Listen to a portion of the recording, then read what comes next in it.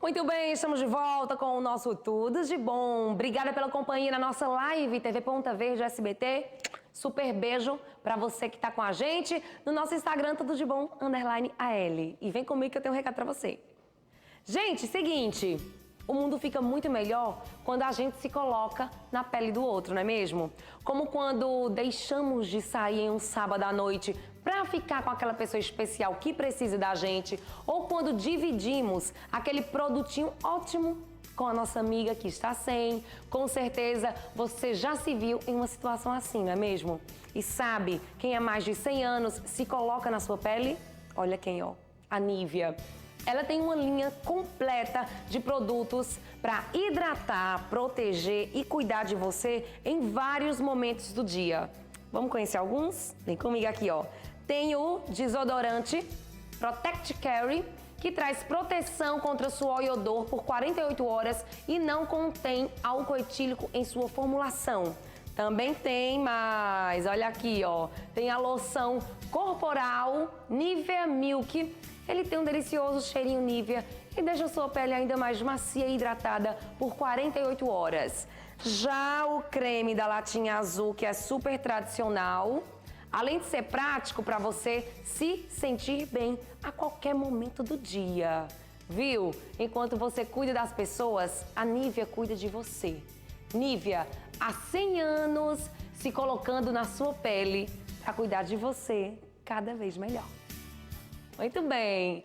Vamos conversar hoje? Minha convidada já está aqui. Bem-vinda, doutora. Obrigada. Doutora Larissa, também vai fazer parte do nosso bate-papo hoje. Falar aqui o nome da síndrome. Aí tá meio difícil. Da síndrome. É o seguinte, você é de casa, você já ouviu falar na síndrome de Phelan-McDermid, não é isso? É difícil, até né, os pais irresponsáveis têm, porque não é falada no Brasil, é uma síndrome raríssima. E que compromete, gente, muito, compromete o desenvolvimento da criança, pode ser confundida com autismo. Aqui em Alagoas, uma família conta pra gente os desafios de encontrar um diagnóstico certo. Tem reportagem na volta bate-papo com a doutora Larissa. Vamos ver. Olhando assim, tomando a mamadeira no colo do papai, este menino lindo e forte não aparenta ter nenhum problema. Mas, na verdade, Dante nasceu com a síndrome de Phelan-McDermid, causada por uma desordem genética no cromossomo 22. Segundo a mãe dele, o diagnóstico veio quando Dante tinha 10 meses de vida. O Dante tem um irmão gêmeo, então o irmão gêmeo do Dante sempre atingia os marcos de desenvolvimento, né? Sentar sem apoio, andar. E o Dante não atingia esses marcos, né? Tinha dificuldade em firmar o pescoço, tinha uma interação muito baixa com a gente, não sorria de volta, esse tipo de coisa. E aí foi chegando um momento, a gente no começo pensava, não vamos comparar, cada um é cada um, eles são diferentes. E fomos vivendo, né? Mas chegou um determinado momento que ficou muito óbvio, né? Que tinha uma diferença entre as crianças. E então a gente foi pesquisar, né? Com 1 ano e 9 meses, Dante faz fonoaudiologia, fisioterapia e terapia ocupacional. Uma das características da síndrome é o atraso global no desenvolvimento neuropsicomotor da criança. Enquanto Nicolas corre, brinca e fala quase tudo, Dante está começando a ficar em pé agora. Esse atraso global, né, do desenvolvimento é também uma ausência da fala, né? Ou um atraso muito grande, né? A criança não começa a falar no tempo normal, um atraso muito grande e, em muitos casos, uma ausência mesmo da fala, né? Além do atraso global no desenvolvimento. Uma deficiência intelectual, né, importante, uma deficiência intelectual bem séria, geralmente, e também, na grande maioria dos casos, o transtorno do espectro do autismo. A doença é raríssima. Aqui em Alagoas, 2 casos são confirmados, 80 no Brasil, mas estima-se que existam muitos outros casos subnotificados em todo o estado. A estimativa é que em Alagoas a gente tenha aí entre 150 a 300 casos, porque o cálculo que se faz é que numa população de 3 milhões de habitantes, como é o caso de Alagoas, 3 milhões e alguma coisa, 3 milhões de habitantes, você tem 1% da população com autismo. E existem pesquisas que indicam que entre 0,5% e 1%, entre 0,5% e 1% das pessoas que têm autismo têm a síndrome de Phelan-McDermid. E hoje é dia da conscientização dessa síndrome, que é raríssima, pouco conhecida no Brasil, como a gente acabou de ver. E vamos conversar mais sobre o assunto. Hoje eu recebo a geneticista Larissa Ataide. Bem-vinda, Larissa. Obrigada. Vimos a reportagem, né, que é difícil. Quais são as características principais?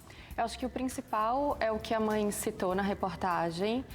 Os bebês, as crianças que têm essa síndrome, eles vão ter uma hipotonia, que é ser mais molinho, eles não conseguem segurar a cabecinha no tempo certo, não vão conseguir sentar no tempo certo, vão ter todo um atraso do desenvolvimento e, principalmente, a gente precisa pensar que isso pode existir, né? E como ela falou, né, na reportagem, que no começo, como o paciente era gemelar, ela comparava muito, as pessoas falavam para não comparar, mas depois de um certo tempo, aquela diferença entre os dois começou a ficar mais evidente e aí, então, eles procuraram uma ajuda médica. Com 10 meses, não é isso, né? Com 10 meses. Mas é possível detectar antes, doutora?